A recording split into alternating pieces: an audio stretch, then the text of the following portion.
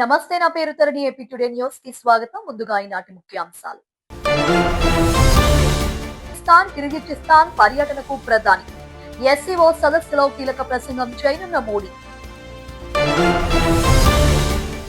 ప్రకాశం జిల్లాలో పర్యటించనున్న AP IT శాఖ మంత్రి నారా లోకేష్. ఘన స్వాగతం పలికిన టీడీపీ శ్రేణులు, రాఖీలు కట్టిన మహిళలు. హోంమంత్రి వంగలపూడి అనిత ఆధ్వర్యంలో ఘనంగా వరలక్ష్మి వ్రతం. పాల్గొన్న 4,000 మంది మహిళలు. ప్రజలు సంతోషంగా ఉండాలంటూ ఆకాంక్ష. తాడి గ్రామాన్ని తరలిస్తాం, ప్రజలను కాపాడుతామన్న ఎమ్మెల్యే పంచకన్నా. అర్హులకు జాబితా ప్రకారం స్థలాలు కేటాయించాలని అధికారులకు ఆదేశం. ఇక వివరాల్లోకి వెళ్తే, ప్రధానమంత్రి నరేంద్ర మోడీ విదేశీ పర్యటనకు బయలుదేరుతున్నారు. ఉజ్బెకిస్తాన్, కిర్గిజిస్తాన్ లో ఆయన 4 రోజుల పాటు పర్యటిస్తారు. కిర్గిజిస్తాన్ లో షాంఘాయ్ సహకార సంస్థ వార్షిక సదస్సుకు హాజరు కానున్న మోదీ ఉజ్బెకిస్తాన్ రాష్ట్రాల్లో తాష్కెంటాలో పలు కార్యక్రమాల్లో పాల్గొంటారు. భారత్, ఉజ్బెకిస్తాన్ మధ్య సంబంధాలను బలోపేతం చేసుకోవడానికి చేపట్టాల్సిన చర్యలపై ఇరు దేశాల నేతలు చర్చిస్తారు. అలాగే ఉజ్బెకిస్తాన్ అధ్యక్షుడు మీర్జియోయోవ్ తో సమావేశమై ప్రతినిధి స్థాయి చర్చలు నిర్వహిస్తారు. తాష్కెంటాలోని లాల్ బహదూర్ శాస్త్రి స్మారక చిహ్నాన్ని, తాష్కంటే state university of oriental studies లోని మహాత్మా గాంధీ కేంద్రాన్ని మోదీ సందర్శించనున్నారు. ఉజ్బెకిస్తాన్ పర్యటన పూర్తయిన తరువాత కిర్గిజిస్తాన్ రాజధాని బిషేక్ కు చేరుకుని ఎస్సీఓ సదస్సులో ప్రసంగిస్తారు. ఈ శిఖరాగ్ర సదస్సుకు చైనా అధినేత షీ జిన్పింగ్, రష్యా అధ్యక్షుడు పుతిన్, పాకిస్తాన్ ప్రధానమంత్రి షెహబాజ్ షరీఫ్ తదితరులు హాజరయ్యే అవకాశం ఉంది. Global Summit in 2019.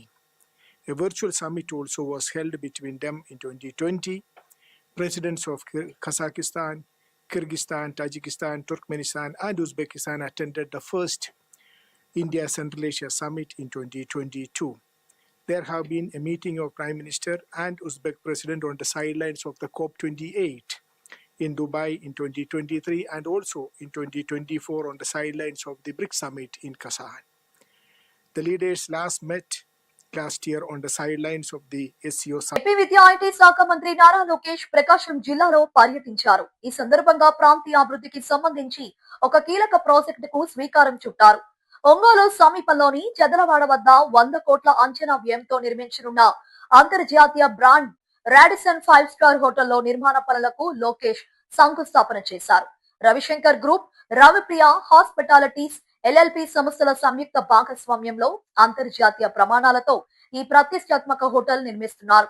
జాతీయ రహదారి 16కు అత్యంత సమీపంలో రూపుదిద్దుకుంటున్న ఈ ప్రాజెక్టు వల్ల పారిశ్రామికవేత్తలు, వ్యాపార ప్రతినిధులు, పర్యాటకులకు మెరుగైన వసతులు అందుబాటులోకి రానున్నాయని భావిస్తున్నారు. అనంతరం పార్టీ కార్యకర్తలు, స్థానిక ప్రజలతో మంత్రి లోకేష్ ఆత్మీయంగా మమేకమయ్యారు. అభిమానులతో ఫోటోలు దిగుతూ వారి నుంచి వినతులను స్వీకరించారు. రక్షాబంధన్ సందర్భంగా పలువురు మహిళా కార్యకర్తలు లోకేష్ కు రాఖీలు కట్టి శుభాకాంక్షలు తెలియజేశారు.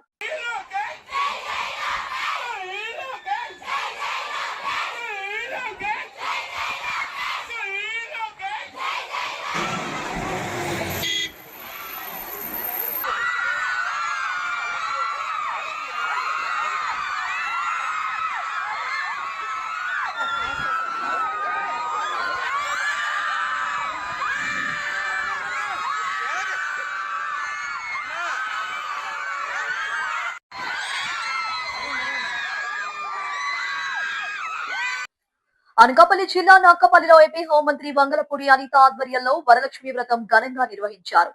పాయకరావుపేట నియోజకవర్గం పరిధిలోని 4 మండలాల నుంచి సుమారు 4,000 మంది మహిళలు ఈ వేడుకల్లో పాల్గొననున్నారు. గత కొన్నేళ్లుగా ప్రతి ఏటా వరలక్ష్మి వ్రతాన్ని అత్యంత భక్తి ప్రపత్తులతో జరుపుకుంటున్న హోంమంత్రి అనిత ఈ ఏడాది కూడా వేద పండితుల ఆధ్వర్యంలో శాస్త్రోక్తంగా ప్రత్యేక పూజలు, వరలక్ష్మి వ్రతం కార్యక్రమం వైభవంగా నిర్వహించారు.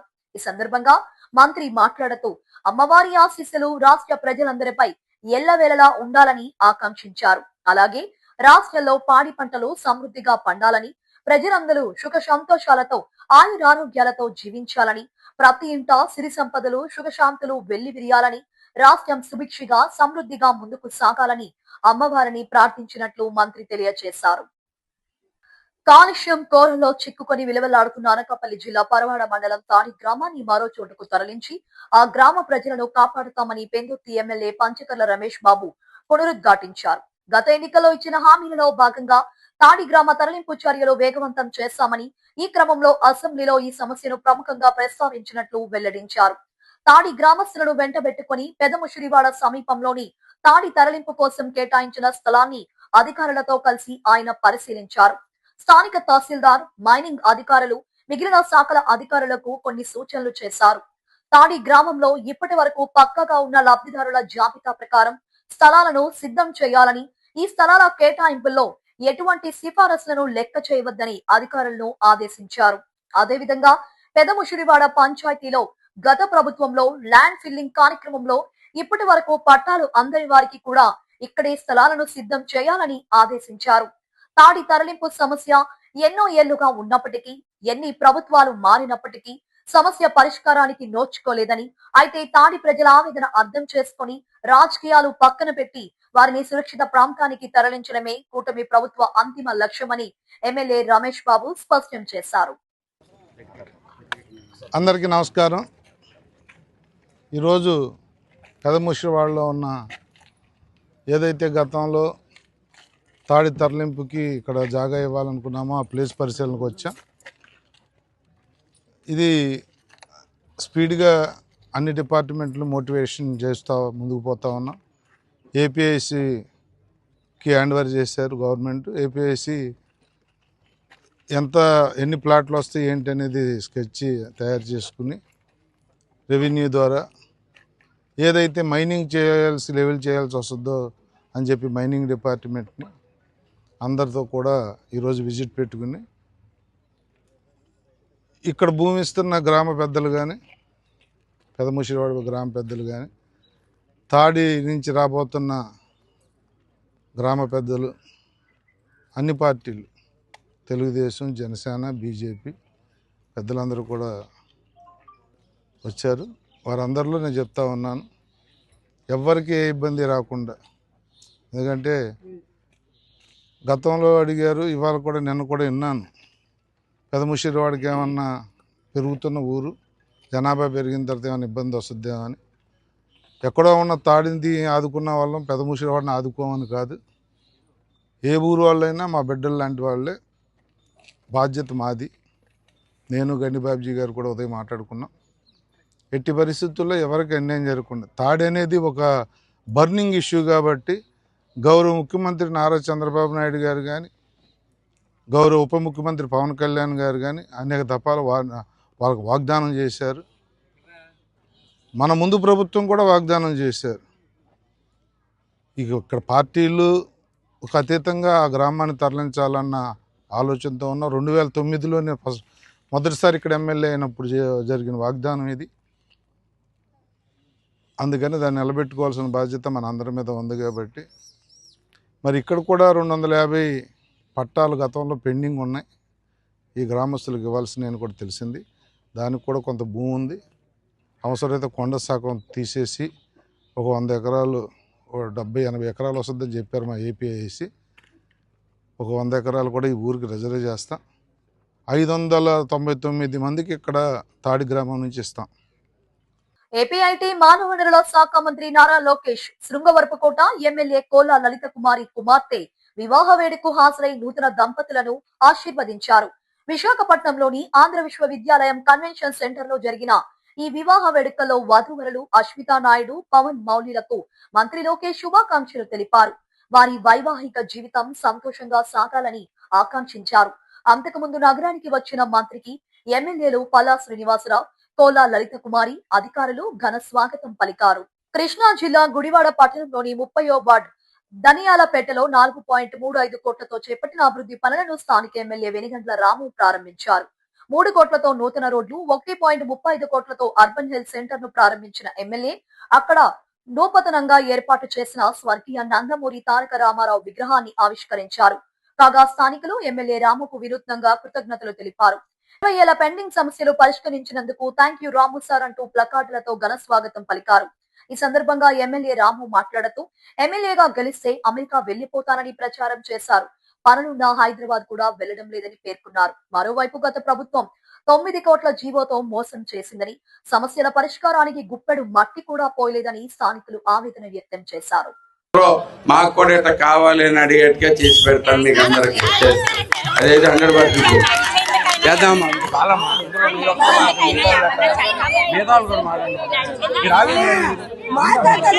వచ్చేయండి. హాయ్ అమ్మా, బాగున్నావా? ఆంధ్రప్రదేశ్ రాష్ట్ర SC commission chairman KS Jawahar నేతృత్వంలో ఎస్సీ వర్గాల హక్కుల పరిరక్షణకు రాష్ట్ర ఎస్సీ కమిషన్ అత్యంత ప్రాధాన్యత ఇస్తుందని రాష్ట్ర ఎస్సీ కమిషన్ సభ్యులు రావాడ సీతారాం అన్నారు. విజయనగరం జిల్లా ఎల్కోట మండలంలో వివిధ భూ సమస్యలపై వచ్చిన ఫిర్యాదుల మేరకు ఆయన స్థానిక తహసీల్దార్ పి హరి, రెవెన్యూ సిబ్బందితో కలిసి క్షేత్ర స్థాయిలో పరిశీలన చేపట్టారు.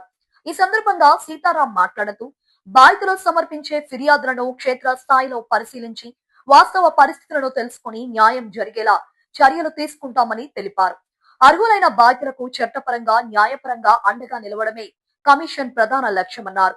బాధితుల సమస్యలను ప్రత్యక్షంగా తెలుసుకుని సంబంధిత అధికారులతో సమన్వయం చేసుకుంటూ పరిష్కారానికి చర్యలు తీసుకోవడం ద్వారా సామాజిక న్యాయాన్ని బలోపేతం చేయడానికి ఎస్సీ కమిషన్ నిరంతరం కృషి చేస్తుందని ఆయన పేర్కొన్నారు. నమస్కారాలండి. ఏదైతే ఈరోజు ఆంధ్రప్రదేశ్ రాష్ట్ర ఎస్సీ కమిషన్ గౌరవనీయులైన చైర్మన్ గారి ఆదేశాల మేరకు ఈ ఎల్కోట్ మండలానికి పర్యటించడానికి రావడం జరిగింది. ప్రధానంగా ఈ కండిపల్లి గంగతల్లి ఫిర్యాదు మేరకు చైర్మన్ గారు ఆదేశాలు ఇవ్వడం జరిగింది. వీళ్ళు ఎప్పటి నుంచో ఉన్నటువంటి భూములు ఇవి. వీళ్ళకి ఆల్రెడీ పట్టాలు ఇచ్చినటువంటి ప్రభుత్వం పట్టాలు ఇచ్చినటువంటి భూములు ఇవి.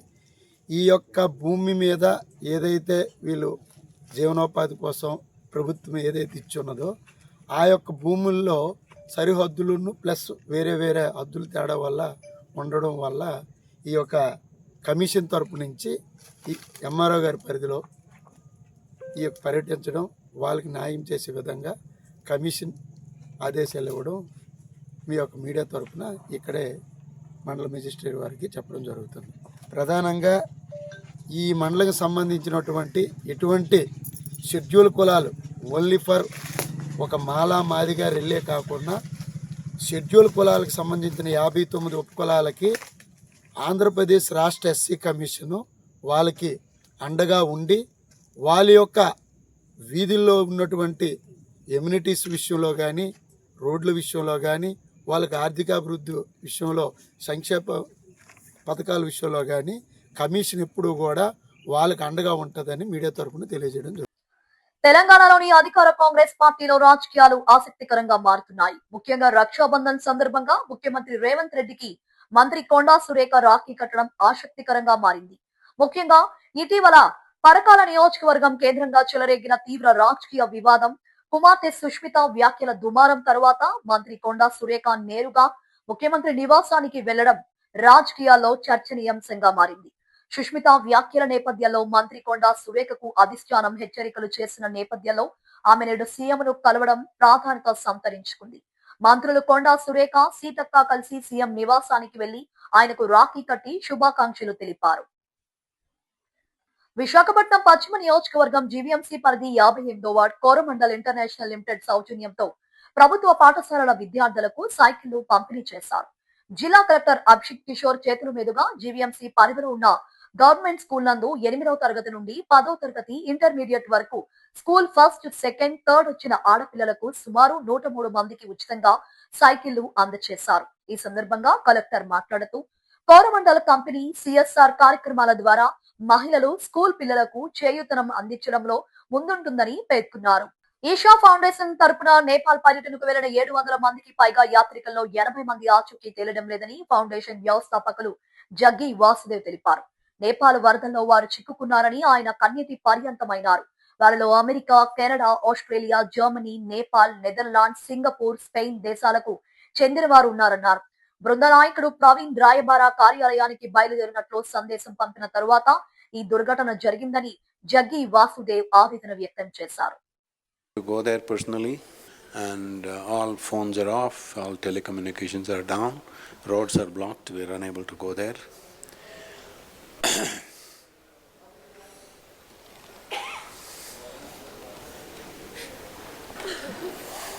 one of our groups.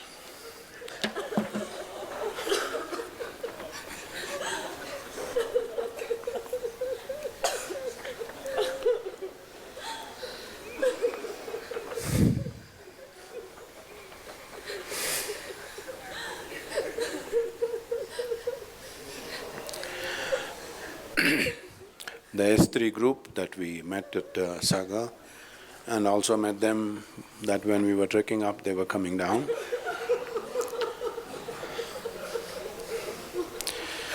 Of which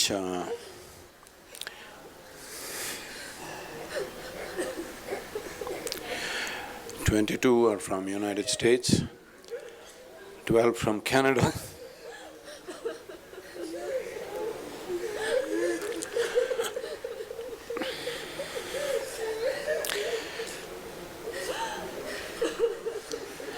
$11 from Australia, 9 from United Kingdom, 4 from Germany, 3 from France, 3 from Nepal, 2 from Netherlands, 2 from New Zealand, 2 from Singapore, 2 from Spain, 1 each from Finland, Hungary, Israel, Lithuania, Philippines, Portugal, Russia and South Africa, a total of 80. And also this includes 34 male and 46 female participants, and a few other volunteers who are camped in the nearby hotels, 3 volunteers and 1 doctor.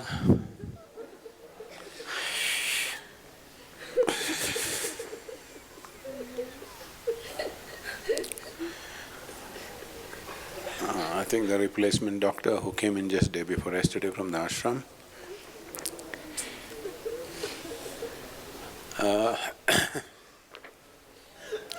But we have no any kind of official confirmation of any kind. వార్తలు ముగించే ముందు ఈనాటి ముఖ్యాంశాలు మరోసారి. కిర్గిజిస్తాన్ పర్యటనకు ప్రధాని, SCO సదస్సులో కీలక ప్రసంగం చేయనున్న మోడీ. ప్రకాశం జిల్లాలో పర్యటించిన ఏపీఐటీ శాఖ మంత్రి నారా లోకేష్, ఘన స్వాగతం పలికిన టీడీపీ శ్రేణులు, రాఖీలు కట్టిన మహిళలు. హోంమంత్రి వంగలపూడి అనిత ఆధ్వర్యంలో ఘనంగా వరలక్ష్మి వ్రతం, పాల్గొన్న 4,000 మంది మహిళలు. ప్రజలు సంతోషంగా ఉండాలంటూ ఆకాంక్ష. తాడి గ్రామాన్ని తరలిస్తాం, ప్రజలను కాపాడుతామన్న ఎమ్మెల్యే పంచకన్నా, అర్హులకు జాబితా ప్రకారం స్థలాలు కేటాయించాలని అధికారులకు ఆదేశం. ఈ వార్తలు ఇంతటితో సమాప్తం. మరో బులెటిన్లో మళ్ళీ కలుద్దాం. అంతవరకు సెలవు, నమస్కారం.